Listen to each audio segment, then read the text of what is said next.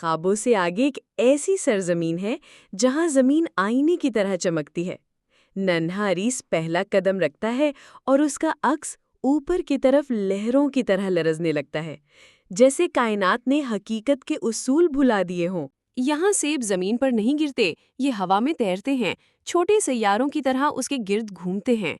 اریس ہاتھ بڑھاتا ہے، لیکن وہ اس کے ہاتھوں میں آنے کے بجائے پہلو بدل کر دور نکل جاتے ہیں، کھیلتے ہوئے، ناممکن مگر زندہ۔ ایک دریا بہتا ہے، مگر نیچے نہیں، وہ آسمان کی طرف چڑھتا ہے، جیسے چاندی کا ربن۔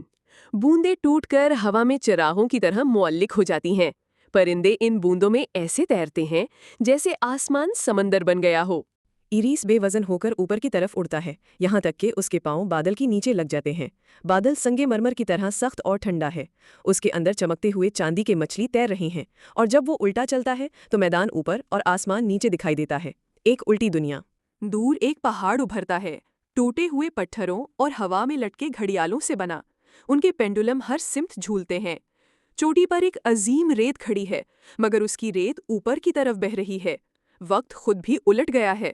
پھر اچانک ایک دروازہ ظاہر ہوتا ہے، دیواروں کے بغیر، صرف خلا میں معلق۔ اس کا ہینڈل ایک گھومتی ہوئی کہکشاں ہے۔ اریس اسے کھولتا ہے اور دوسری طرف لامتناہی دنیاؤں کو دیکھتا ہے۔ سمندر جو صحراؤں کے اوپر تیر رہے ہیں، جنگلات جو الٹے اگ رہے ہیں، سیڑھیاں جو ختم ہی نہیں ہوتی۔ یہ ایک ایسی جگہ ہے جہاں ناممکن کو روکا نہیں جاتا، بلکہ اس کی توقع کی جاتی ہے۔ اور یوں ایرس دروازے سے گزر جاتا ہے، ایک ایسے سفر میں جس کا کوئی اختتام نہیں۔